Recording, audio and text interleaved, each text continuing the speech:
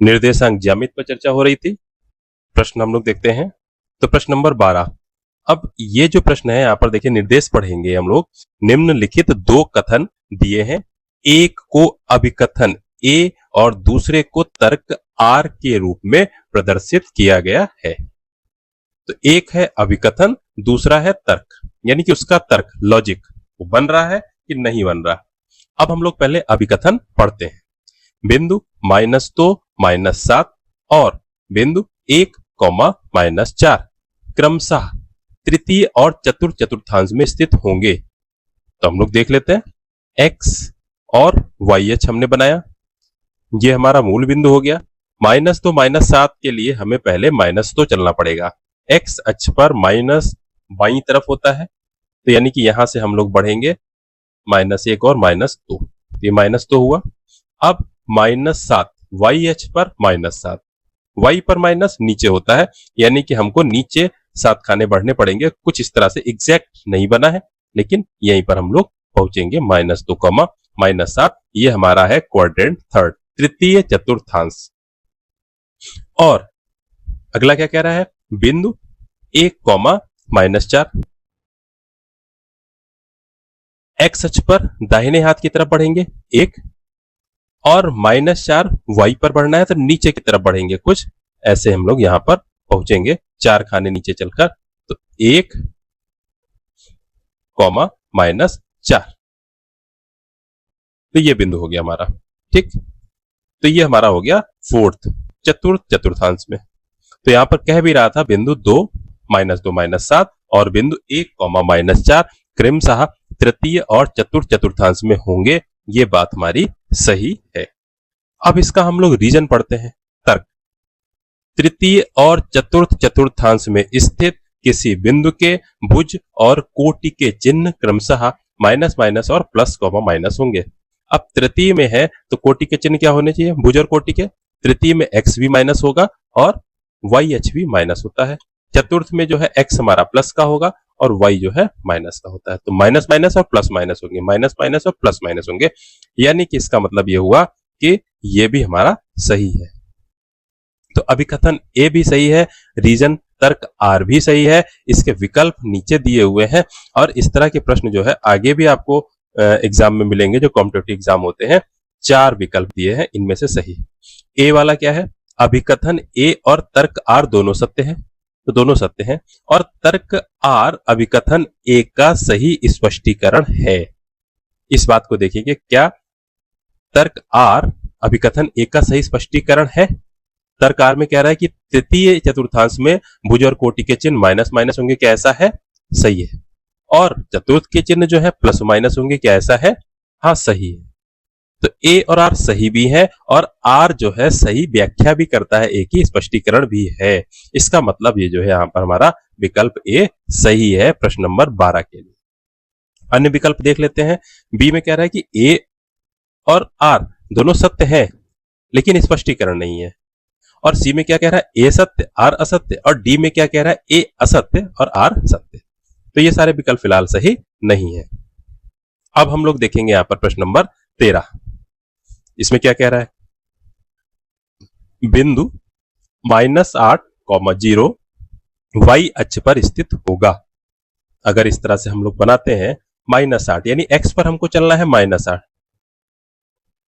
और 0 का मतलब ना ऊपर जाना है ना नीचे, कहीं जाना ही नहीं है। तो ये बिंदु हमारा हो गया -8, 0। तो दिखने में आ रहा है कि कहां पर है? x अक्ष पर है। और इसमें क्या कह रहा है? -8, 0 y अक्ष पर स्थित होगा। तो ये हमारा गलत है।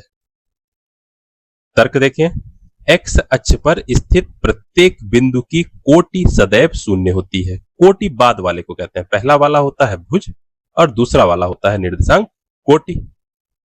अब कोटि यहां पर शून्य है, यानी जब x अक्ष पर कोई बिंदु है तो y पर वो चला ही नहीं, और जब y पर चल ही नहीं रहा है तो उसकी कोटि शून्य होगी। तो ये जो तर्क कह रहा है x अक्ष पर स्थित प्रत्येक बिंदु की कोटि सदैव शून्य होती है, ये सही है। तो ए हमारा गलत है, आर हमारा सही है। अब इसके विकल्प देखते हैं। ए हमारा गलत है और आर हमारा सही है। ए असत्य, आर सत्य, यानी कि डी वाला। तो प्रश्न नंबर 13 के लिए जो विकल्प है वो हमारा डी वाला सही होगा यहां पर। ठीक, तो इस तरह से प्रश्न हुआ। अगला हम लोग देखते हैं प्रश्न। अब प्रश्न आप लोग पढ़िए यहां पर, 5 मित्र खेल रहे हैं जिसमें वे अलग अलग स्थानों पर P Q R S T पर खड़े हैं। पी पर है, क्यू पर है, आर है, एस है और टी है। तो बिंदु आपको दिख रहे हैं यहां पर, ये पी, क्यू, आर, एस और टी। ठीक है, ये स्पष्ट हो गए बिंदु हमारे ये। अब आगे क्या कह रहा है, रोहन उन्हें खेलते हुए देख रहा है। खेल देखते समय रोहन के मन में कुछ प्रश्न आए, आकृति देखकर उसके प्रश्नों के उत्तर दीजिए। अब ये हमने आकृति देखी, बिंदु देख लिए, अब प्रश्न देखते हैं क्या क्या है। बिंदु P के निर्देशांक होंगे, P ये दिख रहा है। अब P हमारा ये बिंदु है जो लाल रंग से इंगित है यहां पर। अब मूल बिंदु O से हम लोग पहुंचेंगे कैसे, तो O से पहले x अक्ष पर बढ़ेंगे एक मात्रक और फिर ऊपर की तरफ भी बढ़ेंगे एक, तब हम P पर पहुंच गए।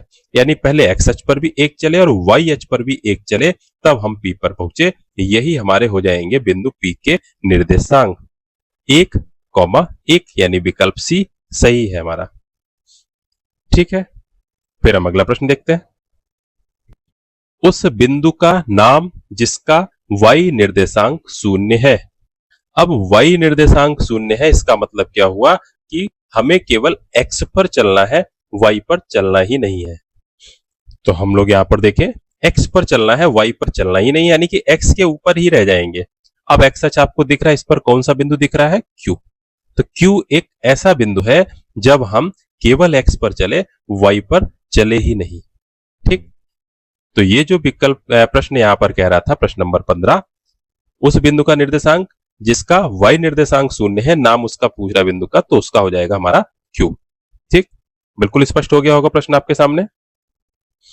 फिर हम लोग देखते हैं प्रश्न नंबर 16, दिए गए सभी 5 बिंदुओं को क्रम से मिलाने पर बनने वाले बहुभुज का नाम। अब देखिए 5 बिंदु है, तो जब 5 को मिलाएंगे तो पंचभुज बनेगा। त्रिभुज 3 का होता है, 3 भुजाओं का। चतुर्भुज 4 भुजाओं का। षटकोण जो है 6 भुजाओं का। षटकोण है यहां पर, अब ये कोण है तो इससे नहीं मतलब इसमें भुजाएं ही नहीं होंगी। पंचभुज हमारा 5 भुजाओं का होता है। तो दिए गए सभी 5 बिंदुओं को क्रम से मिलाने पर, अब देखिए क्रम का मतलब यहां पर यह नहीं है कि P, Q, R, S और T को मिलाएं। एक तरफ से हम लोग शुरुआत करते जाए, S से P को मिलाया, P से Q को मिलाया, Q से R को मिलाया, R से T को मिलाया, T से वापस हमने S को मिला दिया। तो ये 5 अलग अलग भुजाएं हो गई, तो इनसे जो है हमारा पंचभुज बनेगा यहां पर। ठीक, तो इसका हमारा उत्तर पंचभुज हो जाएगा। फिर कह रहा है आगे, तीसरे चतुर्थांश में स्थित बिंदु का नाम होगा। अब तीसरे चतुर्थांश में कौन सा बिंदु है, तो यहां पर स्पष्ट दिख रहा है आपको, चतुर्थांश ये पहला होता है, ये वाला दूसरा है, ये वाला चतुर्थांश तीसरा है और इधर वाला ये चौथा है। तो तीसरे चतुर्थांश में हमारा स्पष्ट रूप से बिंदु R है। तो इसका उत्तर हमारा हो जाएगा तीसरे चतुर्थांश में स्थित बिंदु का नाम R। तो ये विकल्प A सही है। ठीक, इस तरह के प्रश्न है। बाकी प्रश्न हम लोग अगले वीडियो में करेंगे।